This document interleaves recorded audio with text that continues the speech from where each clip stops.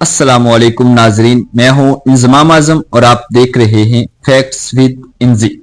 ناظرین، ایک ایسا نام جو تاریخ کے صفحات میں چھپا ہوا ہے لیکن جس کی جدوجہد نے اسلامی دنیا کو ایک نیا دور دیا۔ سلجوق بن دقاق ایک عام ترک سردار جو ایک عظیم سلطنت کا بانی بنا۔ وہ حکمران نہیں تھا لیکن اس کی قیادت نے ترکوں کو نئی پہچان دی اور ان کی نسلوں کے لیے طاقتور بنیادیں فراہم کی۔ کیا آپ جانتے ہیں کہ سلجوق بن دقاق کے فیصلے نہ صرف ان کی خاندان بلکہ پوری اسلامی دنیا پر کیسے اثر انداز ہوئے؟ آج کی ویڈیو میں ہم آپ کو بتائیں گے کہ یہ عظیم شخصیت کون تھی، اس کی زندگی کی کہانی کیا تھی اور کس طرح سلجوقی سلطنت کی بنیاد رکھی گئی۔ لیکن ویڈیو شروع کرنے سے پہلے اگر آپ ہمارے چینل پر نئے ہیں تو ہمارا چینل سبسکرائب کریں، ویڈیو کو لائک کریں اور اپنی رائے کمنٹ میں ضرور دیں۔ تو آئیے چلتے ہیں تاریخ کے اس سفر پر۔ سلجوق بن دقاق کا تعلق ترک قبائل سے تھا جو وسطی ایشیا کے صحرائی علاقوں میں آباد تھے۔ ان کے والد دقاق ایک معزز سردار تھے جنہیں اپنے قبیلے میں بگداد یعنی عظیم سردار کہا جاتا تھا۔ سلجوق اپنے قبیلے کی روایات اور جنگی صلاحیتوں سے واقف تھے۔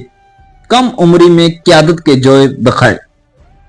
جب دقاق کی وفات ہوئی تو سلجوق نے قبیلے کی باغ ڈور سنبھالی اور اپنی حکمت عملی اور شجاعت سے جلد ہی دیگر قبائل کے لیے ایک مثال بن گئے۔ اس وقت ترک قبائل مختلف چھوٹے گروہوں میں بٹے ہوئے تھے اور سلجوق نے ان میں اتحاد کی ضرورت کو محسوس کیا۔ سلجوق بن دقاق کے دور میں ترک قبائل مختلف مذاہب اور عقائد پر عمل پیرا تھے، لیکن سلجوق نے اسلام کو بطور دین قبول کیا۔ ان کا اسلام قبول کرنا ایک تاریخی موڑ تھا کیونکہ اس کے بعد ان کے پورے قبیلے نے اسلام قبول کیا اور اسلامی تعلیمات کو اپنانا شروع کیا۔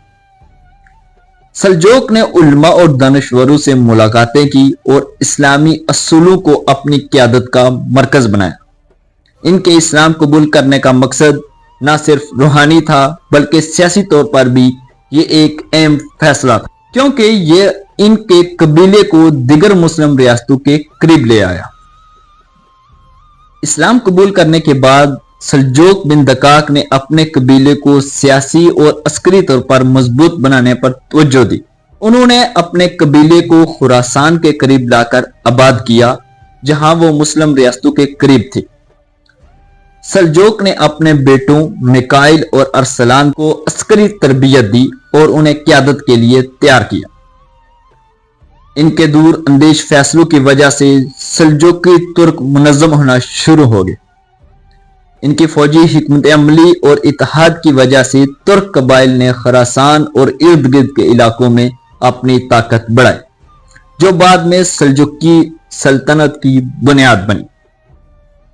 سلجوق بن دقاق نے کبھی خود حکمرانی نہیں کی لیکن ان کی قیادت اور فیصلوں نے ان کے خاندان کے لیے ایک مضبوط بنیاد رکھی۔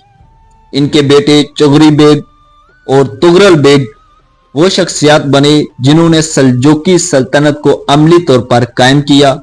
سلجوق کی زندگی کا سب سے بڑا کارنامہ یہ تھا کہ انہوں نے ترکوں کو ایک نئے مقصد کے ساتھ منظم کیا اور ان کے لیے ایک مضبوط شناخت بنائی۔ ان کی قیادت میں ترک قبائل نے نہ صرف طاقت حاصل کی بلکہ اسلامی دنیا میں اپنی جگہ مضبوط کی۔ ان کا ورثہ ان کے خاندان کی کامیابیوں میں واضح طور پر نظر آتا ہے۔ سلجوق بن دقاق کی وفات کے بعد ان کے بیٹے اور پوتے ان کے مشن کو آگے بڑھاتے رہے۔ ان کی قیادت کی بنیاد پر سلجوقی سلطنت اسلامی دنیا کی سب سے طاقتور سلطنتوں میں شامل ہو گئی۔ آج سلجوق بن دقاق کو اسلامی تاریخ میں ایک اہم مقام حاصل ہے کیونکہ انہوں نے وہ بنیاد رکھی جس پر ان کے خاندان نے ایک عظیم سلطنت تعمیر کی۔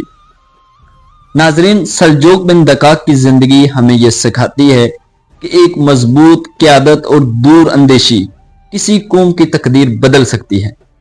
ناظرین، یہ تھی آج کی ہماری ویڈیو. آئی ہوپ کہ آپ کو ہماری یہ ویڈیو پسند آئی ہوگی.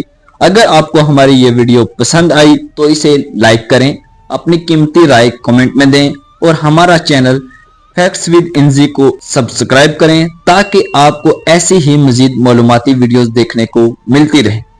اگلی ویڈیو میں ہم ایک اور عظیم شخصیت کی کہانی کے ساتھ واپس آئیں گے. تب تک کے لیے اپنے میزبان انضمام اعظم کو اجازت دیجیے. اللہ نگہبان.